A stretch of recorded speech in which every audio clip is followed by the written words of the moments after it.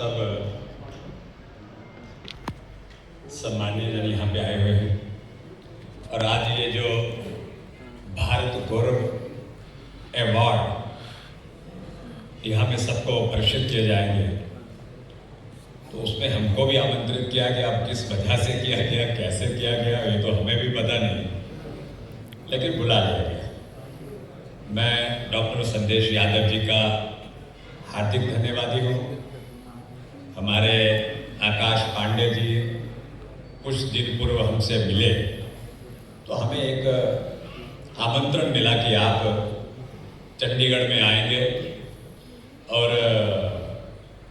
एक award ceremony है। देश के बड़े जिन्होंने अच्छे अच्छे कार्य किए हैं, कोई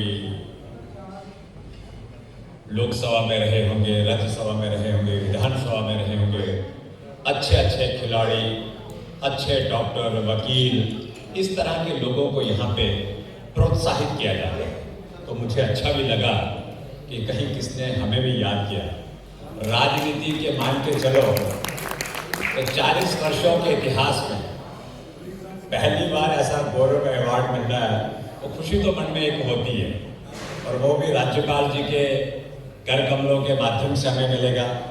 और मैं इसके लिए भी बड़ा आभारी हूँ। और मुझे अच्छा भी लगा कि हमारे जम्मू कश्मीर की एक प्रसिद्ध डॉक्टर, जिन्होंने ओलंपिक्स में, एशियन गेम्स में एज ए डॉक्टर प्रतिनिधित्व किया, नोएडा की डॉक्टर हैं, डॉक्टर संयोगिता सुदन हमारे बीच में हैं, वो भी इस अवार्ड से नवाजी जाएंगी।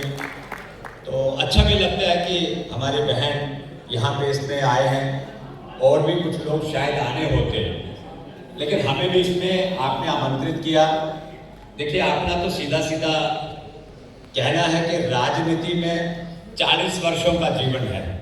पहली बार विधायक बने हैं और जीवन के यानी तपस्या की, मैं कह सकता हूँ, और कोई कहे ना कहे, लेकिन हम अपने मुंह से जरूर कहेंगे कि राजनीति के 40 वर्षों के इतिहास में जीवन के इस कुर्ते के ऊपर कोई दाग नहीं लगने दिया, और राजनीति को पूरी स्वच्छता के साथ हमने जिया।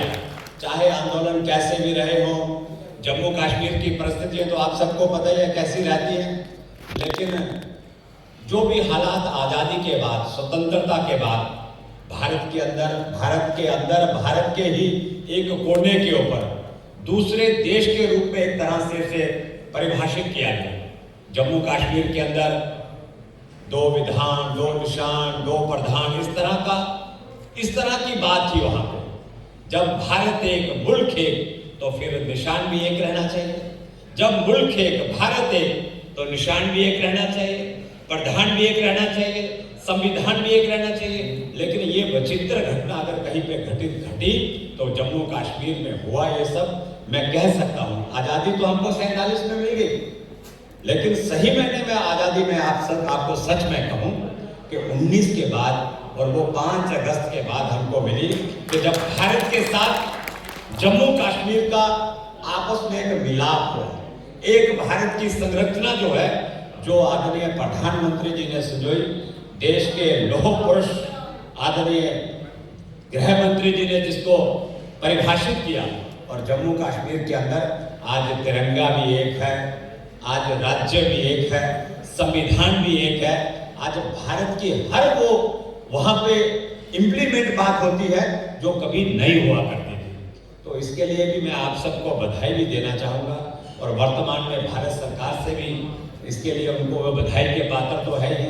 हमने उन परिस्थितियों में काम किया साहब, हमारे बुजुर्गों ने, मुझे याद है हमारे दादाजी, हमारे पिताजी कभी डिगे नहीं, कभी आगे से पीछे नहीं हुए। उस समय की वो वहां पे देश भर में जनसंघ हुआ करता था, और वहां पे साहब प्रजा परिषद हुआ करती थी।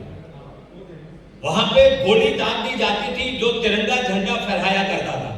1953 के पहले वहां पे हालात ऐसे होते थे। जब डॉक्टर मुखर्जी का वहां पे जाना हुआ, प्राणों की एक बेला लगी, तो 16 लोगों ने जम्मू कश्मीर के अंदर तिरंगा झंडा फहराते हुए अपने प्राणों की आहुति दी। ये जम्मू कश्मीर का एक छोटा सा इतिहास आपके सामने रखने का एक प्रयास कर रहा हूँ। कठिन और भी समय रहा, लेकिन हम सब लोग, मैं कह सकता हूँ कि हम अभी चौथी पीढ़ी है जो इसी पार्टी के अंदर, इसी विचारधारा के अंदर और इसी देशभक्ति के ज्वार भाटे के अंदर हम लोग चलते रहे, चाहे पिसे भी, लेकिन कभी डगमगाए नहीं, अपने सिद्धांत के ऊपर खड़े रहे। और आज उसका मुझे लगता है कि ऊपर वाले ने भी एक अच्छा सोचा कि आज हमें इस अवार्ड के लिए नवाजा जा रहा है। मेरे साथ मेरी धर्मपत्नी, मेरी बिटिया और मेरा भतीजा भी यहाँ आए हुए हैं, तो मैं आप सबका धन्यवादी भी हूँ कि इस हॉल के अंदर और 40 वर्षों की जो मैंने अपनी छोटी सी एक गाथा का प्रयास किया आपके सामने, कि हमें भी आज महसूस हुआ कि हमें भी आज अवार्ड के माध्यम से परिभाषित किया जाएगा या हमें ये एक पारितोषिक दिया जाएगा, तो ये बहुत बड़ी बात है।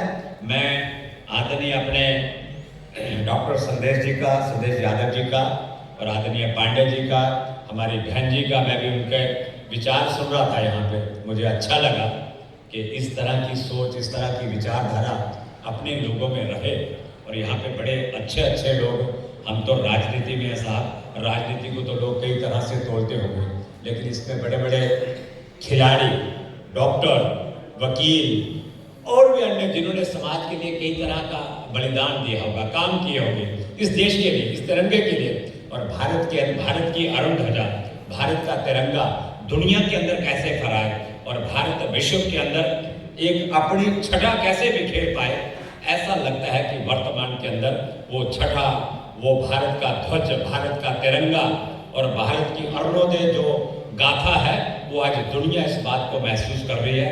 और इन्हीं